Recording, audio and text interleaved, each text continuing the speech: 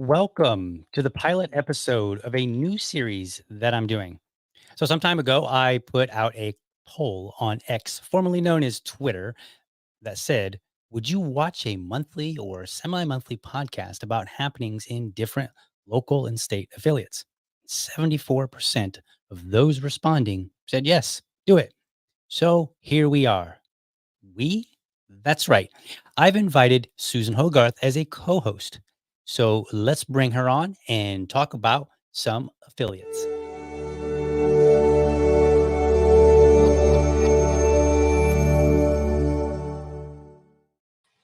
Susan, how are you? Doing great, thanks. Awesome. All right, so let's get right into it. We want this show just for everybody that's listening and watching. I guess watching because I'm not going to make an audio version of this, but for everybody that's watching, here's what's going on. I got tired of not really hearing about what affiliates are doing out in social media. And so I said, somebody's got to do something different about this. So here I am. So what I did was I put out a poll and I said, hey, would you watch a show? And then I went further and said, all right, so I want to have a co-host on, but I want a co-host who is not necessarily me. And what I mean by that is somebody that's going to be that's going to have disagreement with me, that's going to basically represent, if you will, in a sense, those who may not feel like I represent them. So what I'm trying to do is balance the show out. And so I put out a few calls, for that. And I got a whole bunch of names from different people. I started reaching out and one thing led to another. And here we are with Susan. Susan, tell us a little bit about you. I know that probably most people already know, but just in case somebody's watching who is not familiar with you, kind of give them a rundown of who you are, maybe your affiliations within the Libertarian Party, so on and so forth. Just kind of let us have it. Yeah. So I am a Ron Paul libertarian, but a 1988 Ron Paul libertarian. So um, in 1987 or 88, someone in Kansas said, hey, you want to go see a presidential candidate speak? I thought, okay. And I went, and there was a room full of, 15 to 25 people.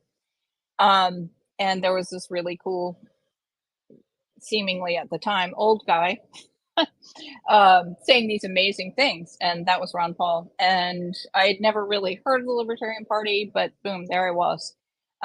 Came back and forth couple, for the next decade. But then around the turn of the century, maybe a little before, got solidly involved with the LPNC, the North Carolina affiliate. And have done a lot there. And also one of the best, maybe the best county affiliate in the country. And I know that's shots fired, but Wake County Libertarian Party. Try to deny it, but and then I got sucked into national. Was served on the national committee as an alternate and as a regional delegate for a while. Trying to get back to more local stuff. So yeah, that's kind of where I am. Ran Awesome. for office several times. Yeah, I'm not really a running for office kind of person. I was then. I had a fun time. I went through my sort of like hardcore anarchist phase, which I'm still in, but it was fun running for office as an anarchist and saying, vote for me, but I won't. That was but then now I feel like I'm more just a party hack. I'm more interested in bringing people along within the movement. Right. So, yeah. I mean, aren't we all just party hacks? Yeah. I mean, Sorry, some of us are more hacky than others. A little humor there to lighten up this Sunday evening. So, okay, so we're going to talk about, and then, are you affiliated with any caucuses? I am actually. Okay. I work with the Radical Caucus. Okay. So the Radical Caucus has been around for decades, and it's gone through several iterations. The current one has been around for about almost 20 years now, and been involved with it. And yeah, currently I'm serving as chair. Gotcha. Awesome. Well, that sounds good. I am not a member of any caucuses, despite the claims of many who believe that I am a Mises Caucus member or a shill. That is absolutely not true. I may be more sympathetic to them, but that is a discussion for another time.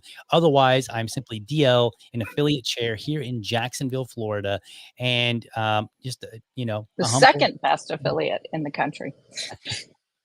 All right, shots are definitely fired. All right, uh, so here I am, also a podcaster, and I like to bring out news and just kind of talk about things and see what's going on. So the gist of this show, folks, is that we're going to talk about what's happening in LP affiliates, and that can be a local affiliate, that can be a state affiliate. So if you're watching or you are hearing about something, send an email to did I set it up? Oh yeah, affiliates at Liberty Dad. I couldn't remember if I did affiliates or info. It's affiliates at libertydad.com. So again, affiliates at libertydad.com. Send an email and say, hey, this is what's going on in this particular affiliate. If there are links, send me a link because we will put things up on the screen. And then the gist of the show, we're going to talk about what's going on. I'm going to say, hey, this is this, or one of us will say, this is the event that's going on in such place. We'll kind of give a little bit of an overview of what's going on. And then if we have any commentary, I mean, we'll talk about it. The point of the show is to be primarily positive. Okay. Uh, Anybody that's been on social media knows that there's plenty of negative out there. So to kind of push back against all that negative stuff, we're going to be a little bit more on the positive side, but that doesn't mean that you won't come in one Sunday evening and find a show where maybe we're talking about some of the latest drama, although we're going to keep that to a bare minimum. Because what I really want to do is I want to highlight the hard work that people are doing all across the country for the Libertarian Party. So let's start with our very first one. I've got something here out of Savannah, Georgia. So let me pull this up on the screen. This is interesting. It's a pub crawl. Now, it might seem like a pub crawl. Like, what does that have to do for liberty? So let's find out. Bam, there it is. Pub crawl right up on the screen there. And unselect all that stuff. So basically, what this is Savannah pub crawl to banish Big Brother. The idea behind it is they're going to go to multiple locations and, pub crawl, and they're going to discuss the surveillance state. So they're going to talk about all the ways that the state is surveilling you, and potentially things that you can do to minimize that surveillance. And they're going to do it while enjoying alcohol. Now, you'll have to reach out to them as far if people are interested in going and they're not drinkers. I'm not entirely certain, like, does this event in any way accommodate those particular individuals? I don't know. But I do know that this is coming up on September 30th from 7 to 11 p.m. Eastern Standard Time. The link will be in the show notes. So if you're in or around that area, you can go to this eventbrite.com event page and you can sign up and you can let them know that you are coming. And but that's basically what we've got. Susan, any comments on a pub crawl Uh, Spanish? yeah, you brought up a really good point about accommodations. This for non-drinkers. Mhm, So um, I think that's something we all like to, have meetings and taverns. And I know this is like the golden age of craft beer and craft distilling, and I think that's fantastic.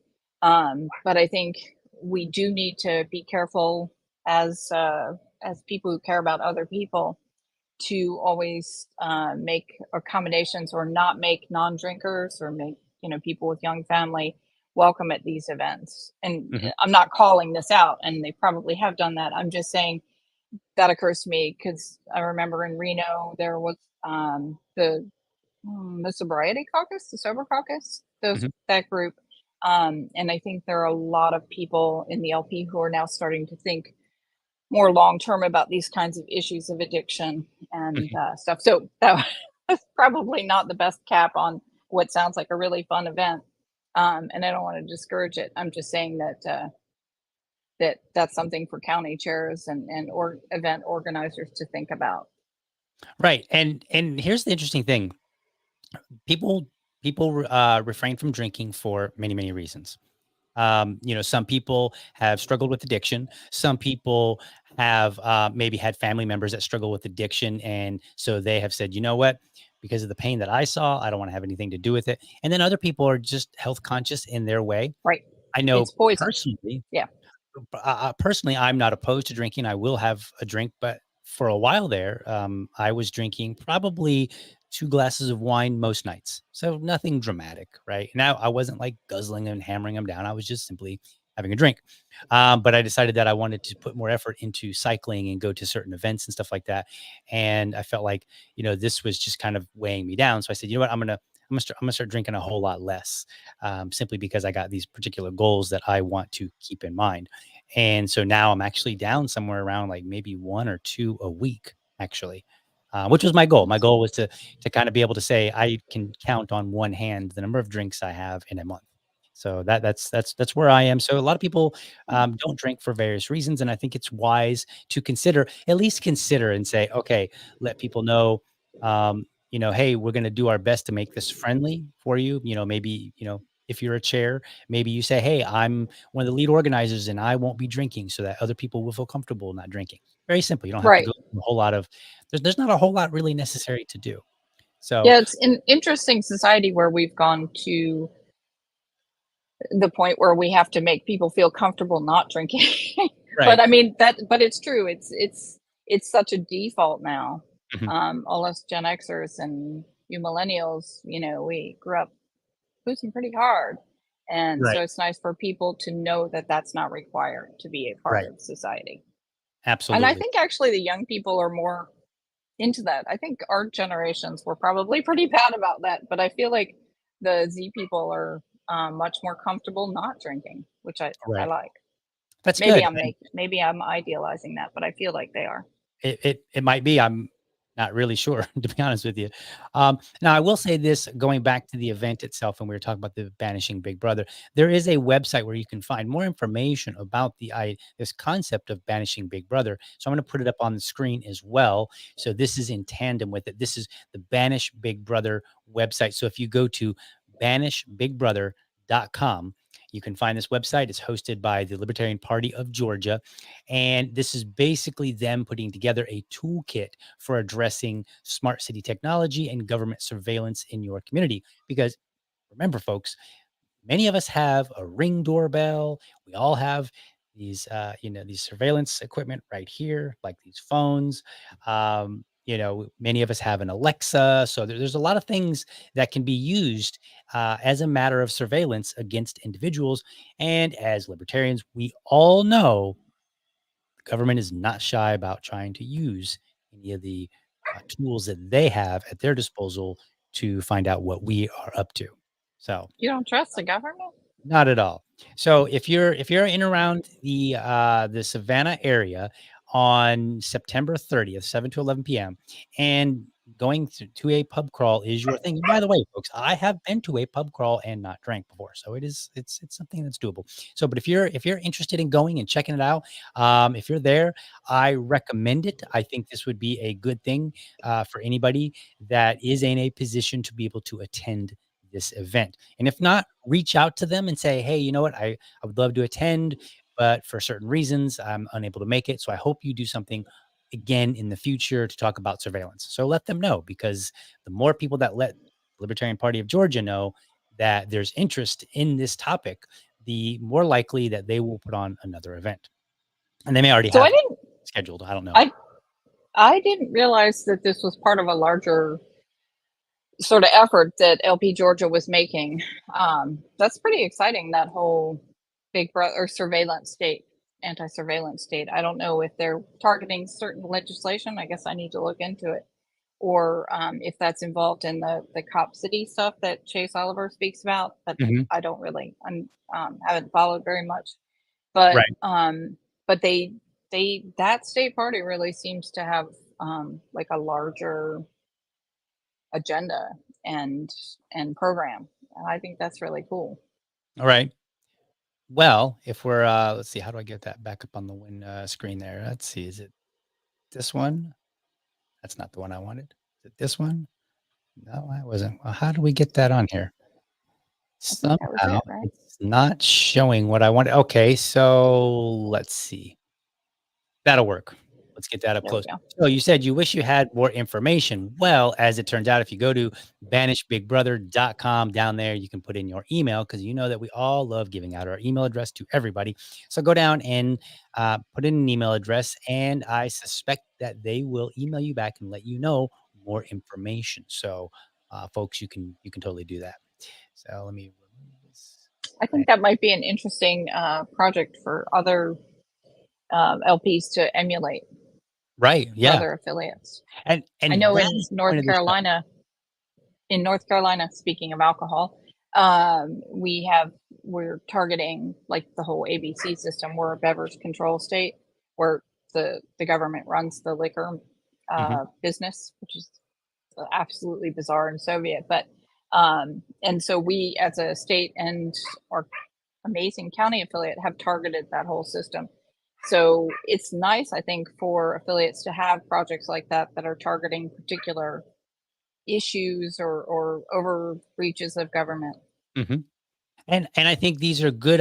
So one of the reasons that I wanted to do this show is because as an affiliate chair, local affiliate chair, sometimes people are like, "Hey, what are we gonna do next?" And I'm like, "Man, I don't know." Like, why, and I'm like, "What?" Highway cleanup, yeah.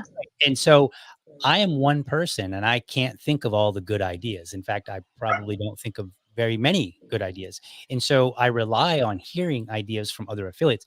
And so it's nice to hear about these kind of things because libertarians, we don't believe in intellectual property for the most part, or at all, depending on the type of libertarian you are. Meaning there are some that are anarchists who, kind of like don't want any of it. And then there are some like me that are the minarchist, and we're kind of, I guess, wishy-washy about government. Let's put it that way. But so I think this is a good way to steal ideas and say, oh wow, that's a really good idea. Let's take that idea and let's, maybe we put our own spin on it, whatever, or maybe you just do the exact same thing, whatever the case may be. Maybe you reach out to, maybe a state chair will reach out to LP Georgia and say, hey, we like this idea. Can you get us some of the information so that we can get going and we can start this and utilize it, right? Like maybe, hopefully affiliates will be willing to share information and say, hey, we did the legwork on this and we want you to be able to, easily implement this. So yeah, we'll share with you. I think that would be wonderful if affiliates started doing that. So, Well, I know a bunch of state affiliates, and I know we weren't going to talk about caucuses, but I think this is a Mises caucus sort of led effort. mhm, The whole Defend the Guard uh, mhm, organization being supported, worked with the party. I haven't really looked into Defend the Guard, and I don't uh, claim to understand the entire impact of what they want. But I think it's interesting how that's become a multi-state thing, and I see local affiliates and state affiliates working with this organization on specific legislation. So uh, I think that's look at you, you're I good. know, right? Um, Fast fingers. I think that that's probably a positive thing. Again, as you know, I'd rather not think about the military at all, Right, but I get the keep them home kind of thing, which I assume is the main thrust here. right. And I think that's I think it's really good that we found an organization that we can partner with that doesn't have any, as far as I can tell, weird overtones or overt socialism that they're pushing. So I know that that's become. I know Delaware had an event, and Mhm. Kansas, Oklahoma. I assume some other state parties have worked on that as well. Absolutely. Yes. I've heard multiple state parties, And North indicate Carolina, sorry. Yeah. we're engaging in Defend the Guard. Now, if you're watching and you're not familiar with Defend the Guard, go to defendtheguard.us and you can find all the information about it. But the idea is pretty simple. It's right on their homepage.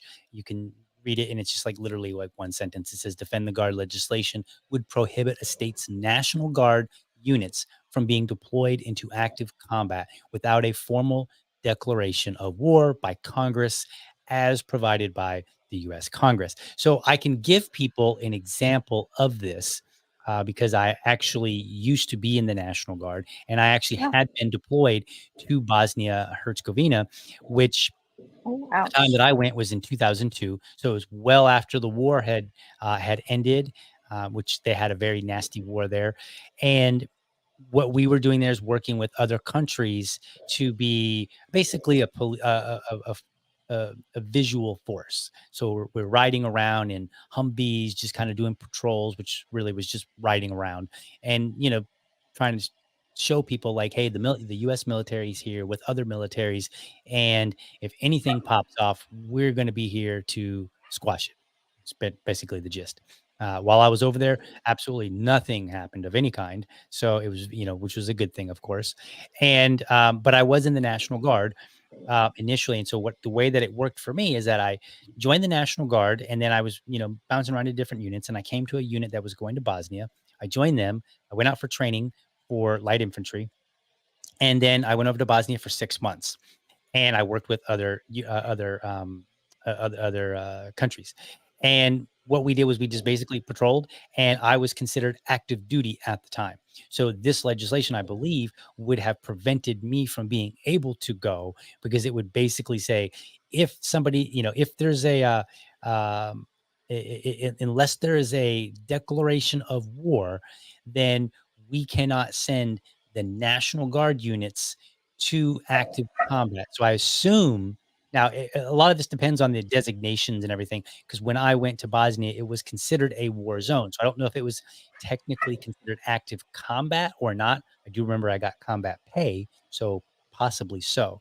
So I believe that it would have prevented me from being able to go, even though there Do you wasn't. support this sort of legislation? I do, because I think that the National Guard should be explicitly used for the states. Um, Mhm. if we get to the point where the National Guard needs to be at war, I think that we have much bigger problems than whether or not we're using the National Guard. That's my opinion.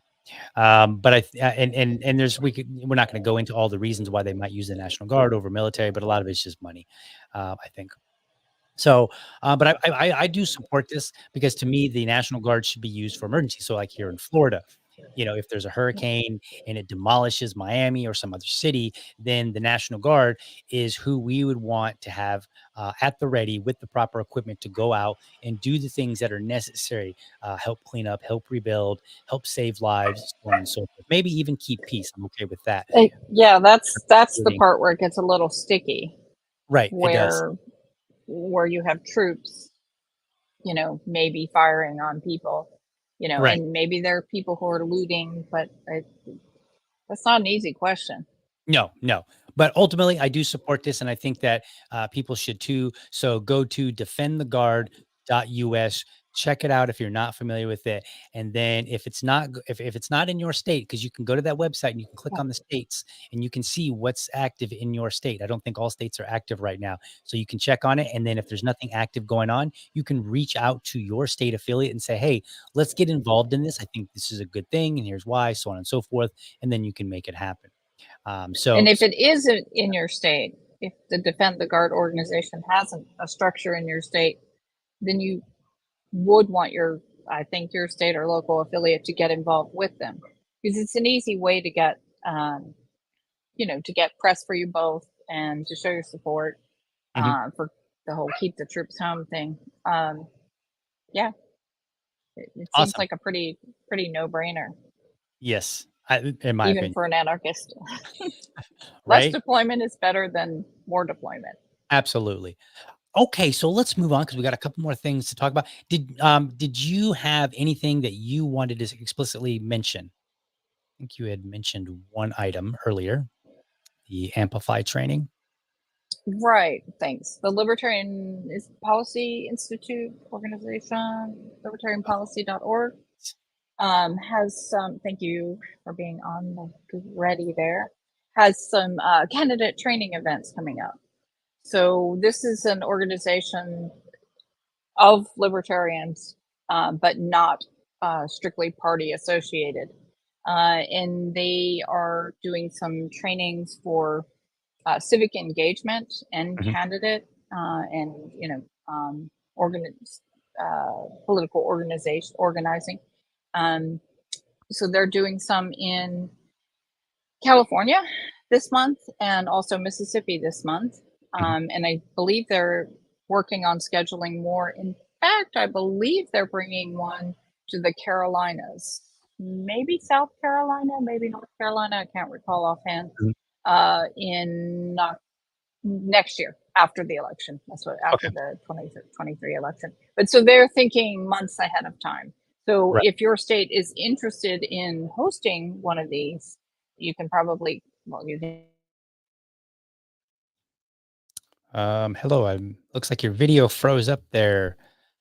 They are I lost you briefly for a sec, but they're $200, I think, to attend, and you can get scholarships. So also you can support other people if you can't go yourself. Now, to address the elephant in the room to my viewers, so you might be saying, DL, how dare you? A Libertarian Institute, that's Nick's artwork. It is. And I'm not, and Nick and I have bad blood. That's the way it is. However, I don't have bad blood with people who are working hard in the Libertarian Party. And if there's a resource available to them, then I'm going to talk about it. And this appears to be a resource that's available to candidates. I'm not terribly familiar with what this particular training does. I didn't see anything when I was kind of reviewing the website.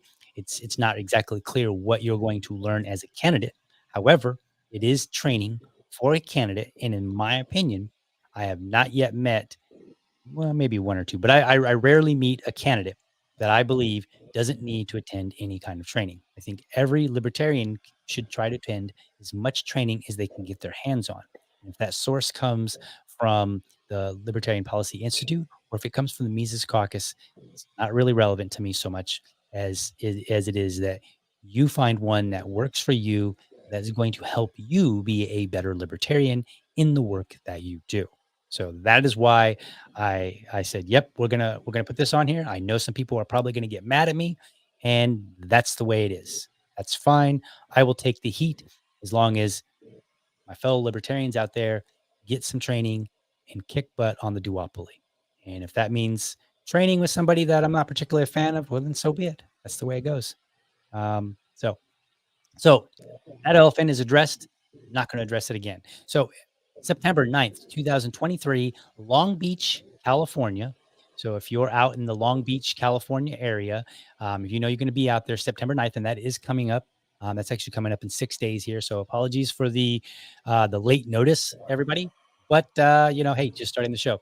And then there's a little bit more notice if you're going to be in the Biloxi, Mississippi area, September 23rd, Hilton Garden Inn.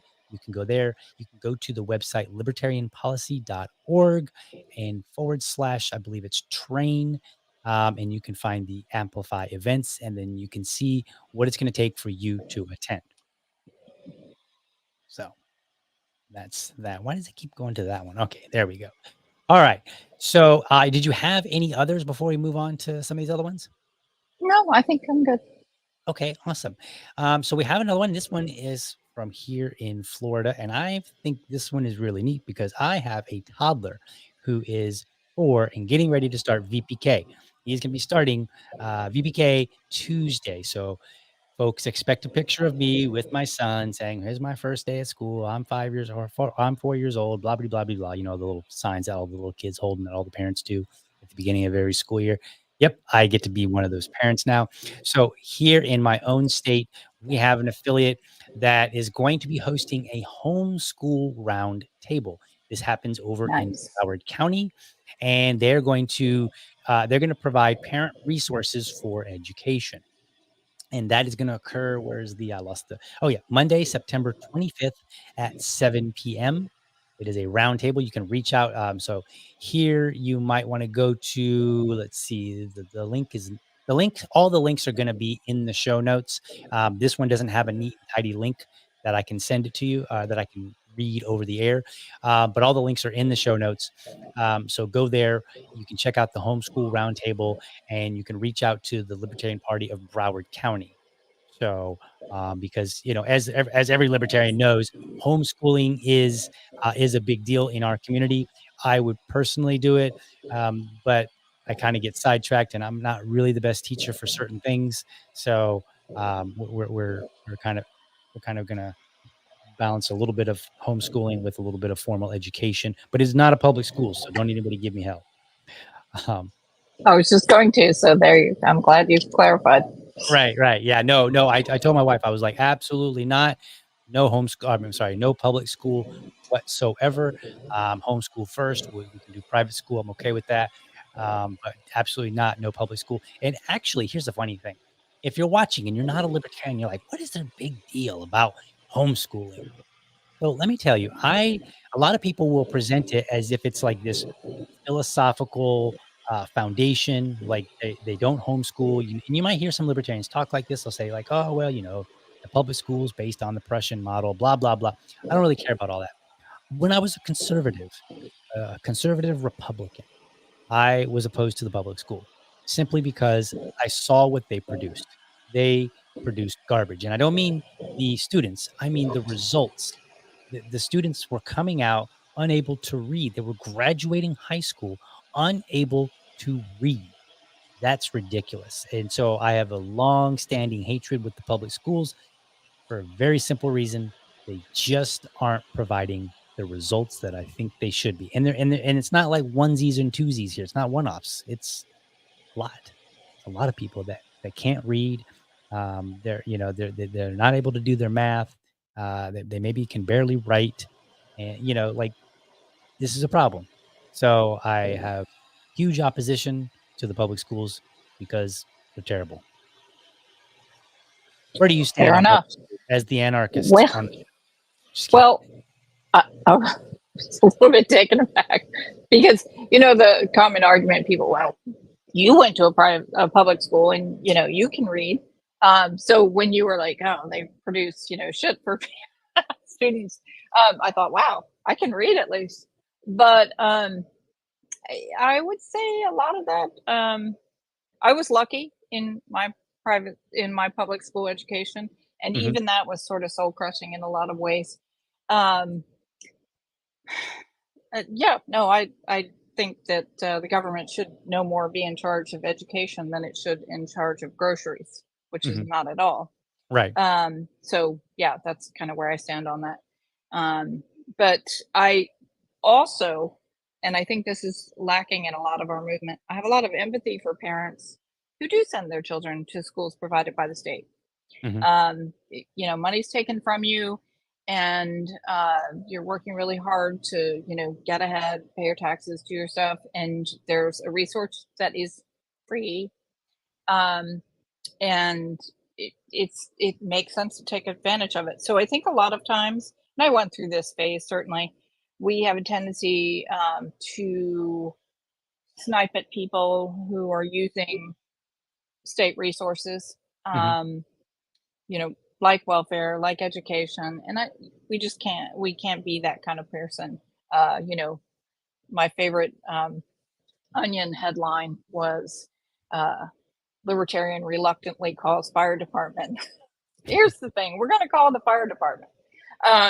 That's what. So I just wanted to put that out there that we can't. It's not as simple a world as anarchists would like. Here's the state and we hate everything it does, and here's the private sector and we love everything it does. I work for a private university, or I work at a private university. Is a major part of my paycheck paid for with federal funding? Hell yes, it is. Am I uncomfortable with that? Yes, I am. But I'm really drifting. It's okay. So yeah, okay. there's where I am. I'm on as much. Yeah, that's still sort of education. I'm for as much privatization as you can get into your life, but I don't think that people need to martyr themselves for the movement. Right. And I don't think we need to pillory people who are taking it, or who are just trying to get by and give their children the best thing that they can. Right. Yeah. And let me add to that. So I'm going to pull that back up on the screen so that people can see it. So folks, if you're just tuning in, we're talking about this homeschool roundtable. So what we're doing is we are highlighting things that are happening in the libertarian community around the US as we find them. So make sure that you reach out to affiliates@libertydad.com. Let us know what's going on in your affiliate. Send me links, so on and so forth, so that we can talk about it on this show and let people know what is going on. Because, like, I think that there's a lot of work that's being done out there. So here in Florida, in Broward County, you've got this homeschool roundtable, and what they're going to do is they're going to bring people in, and they're going to discuss the things that you as a parent will need to know about educating your child through the homeschool process, right? Like, what kind of resources do you need, and other questions. So they're going to be available with this Q&A session, and I think this is a good thing, precisely because of what Susan just said, which was, hey, you know what? There's a lot of people out there that, maybe they don't have the resources. Maybe they're, it seems too daunting to homeschool their Yeah, child. they're Maybe they might, intimidated.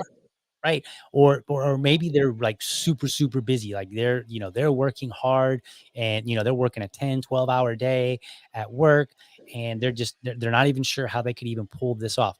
Well, these kind of events help people to understand what their options might be. And this is one of the reasons why we want to start highlighting these things, so that other affiliates can say, you know what, we should do that. Maybe there's an affiliate in, I'm going to make up, I don't know, Idaho, or whatever, or Arizona or wherever. And they're like, hey, we've got some people that are really big into homeschooling. They're very knowledgeable. Let's do our own event. Let's do a homeschooling Q&A roundtable, and we're going to advertise it to libertarians and maybe even people who are not libertarians. And then everybody can come in and they can ask their questions and learn more about it. And through this kind of a process, by these ideas going from one affiliate to the next, hopefully, then what we do is we spread the word about the value of homeschooling for those that may be skeptical about it, or just give people resources and ideas how they can implement it if they've been wanting to, because that is how we get away from the government, by communicating these ideas and presenting them. Right? We've got, and this is again the point of the show, folks. We are here to talk about these things and give ideas to other affiliates, highlight what's going on, so that the movement can grow and do things that take us closer to liberty. So that's so I think the point that That's you made was, one of all the ones we've talked about, that is definitely one I actually wrote down that I want my county affiliate to do. yeah, I mean, I'll have to look in my affiliate. I don't know that we particularly have um any homeschooling parents, at least not that I'm aware of in our affiliate at the moment. But we may be able to come across, we might be able to find somebody we might be able just to bring a home of someone who homeschools in and say, hey, we want to do a Q&A and bring, whether you're a libertarian or not. Cause I know there's some who are not libertarians who do homeschool. And so even if, and I've done that as an affiliate chair, I've reached out and said, all right, here's an individual that is knowledgeable. Let me bring them in and they can talk to the affiliate. And I think that's a good way to outreach into the community, is, bring people that are aligned with you to talk about certain things that maybe you don't have anybody at the ready to discuss. So we'll be looking at that as well here in Jacksonville, just to see what kind of things that we've got. So, all right. So I know we're getting close to time because we wanted to keep this show somewhere between 30 and 35 minutes. So any final things from you, Susan, before we close this show out? Yeah. So, as you may have gathered from our other conversations, I'm a little obsessed with state fairs, Mhm. and it is fair season. So if you're a member of a county or state affiliate, look and see what your local agricultural fair is doing, and if your party is tabling. And if they are tabling, for God's sakes, please sign up, because I know our state fair is 10 days, and it's a grueling, 12 hours a day, 10 days in a row thing. And usually, the usual dozen people sign up. So take a shift, get a free ticket to the fair, um, have a lot of fun, talk to people. It's a great, great venue to talk to people in most cases. Agreed. Agreed. All right, Susan. Well, I'm going to give us our closing here and let people know about, just kind of give that final closing, and then I'll see you in just a moment backstage. All right, folks. Thank you for tuning in. Remember, as you can see down here, if I can get my hand to the right spot. Oh, there we go. All right, down here, we've got affiliates at libertydad.com. Go ahead and send us an email and let us know what's going on in your affiliate. Again, put out links, whatever the case may be. On this show, we're going to be agnostic to all the drama. So we're not really going to get into the drama. We're not going to pick sides. We're not going to do anything. I mean, we might individually pick sides, but the show overall is here to promote what's going on in the libertarian community with Libertarian Party members. So again, affiliates at libertydad.com.